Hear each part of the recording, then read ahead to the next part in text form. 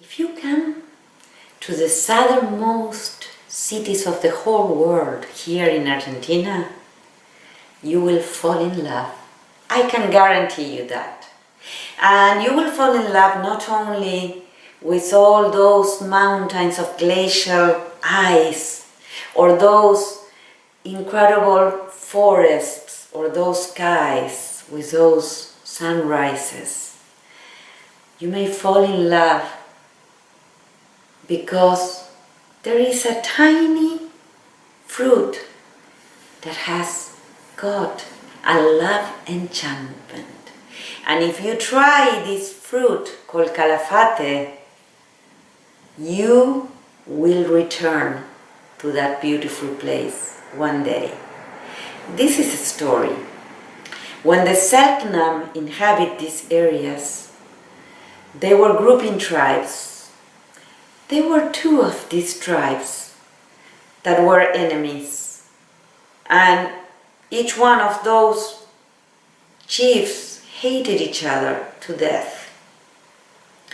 One of these chiefs had a son. He was a young, brave, curious hunter that was always trying to explore new territories. The other chief had a daughter. Her name was Calafate. She was very tall and had dark eyes that had a very, very captivating gaze. It happened that one day the path of these two crossed in a clearing of the woods, and as soon as they crossed, they fell in love, and they could not separate. But they knew who they were, and they knew that in order to love each other, they had to meet in secret.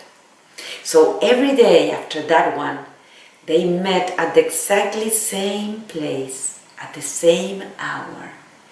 And their love started to grow more and more and more and more. But how can you keep a secret like that when you're so much in love?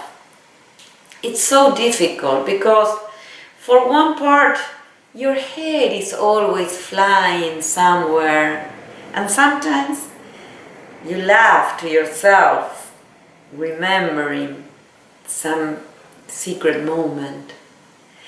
Or maybe you just feel again those caresses in your skin, just remembering them.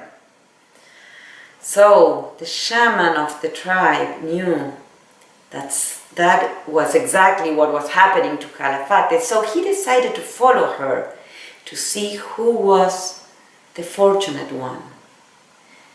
The next day, as soon as Calafate started to walk towards the deep woods, the shaman followed her.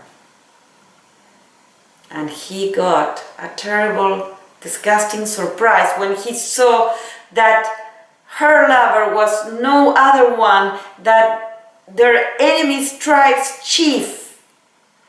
As soon as the two lovers noticed that they've been discovered, they tried to flee together, and they ran and ran and ran as fast as they could. But the shaman, he started saying some strange words. He started mixing something in the air, and suddenly Calafate had disappeared, and a new plant had appeared in her place. The plant was covered with very, very long thorns, so that it was very hard to touch it. But everywhere there were small, round, black fruits. And her lover was able to see that on each one of those fruits there was Calafate's gaze, Calafate's love, and Calafate's sweetness. So he didn't care that she was covered with thorns. he just couldn't separate from her, and he remained by her side until death reached him. So that's how Calafate plant started to live in this world. And if you go to the southernmost cities of the world, they are going to tell you, and they are going to offer you this fruit, this delicious fruit. And if you try it, you will fall in love with Patagonia, and you are doomed to go back there someday, sooner or later, because the love enchantment will be with you forever. The origin of Calafate, a Selknam story from the southernmost part of Argentina. And this story and other stories from South America you can find in my book, Pachamama Tales by Libraries Unlimited.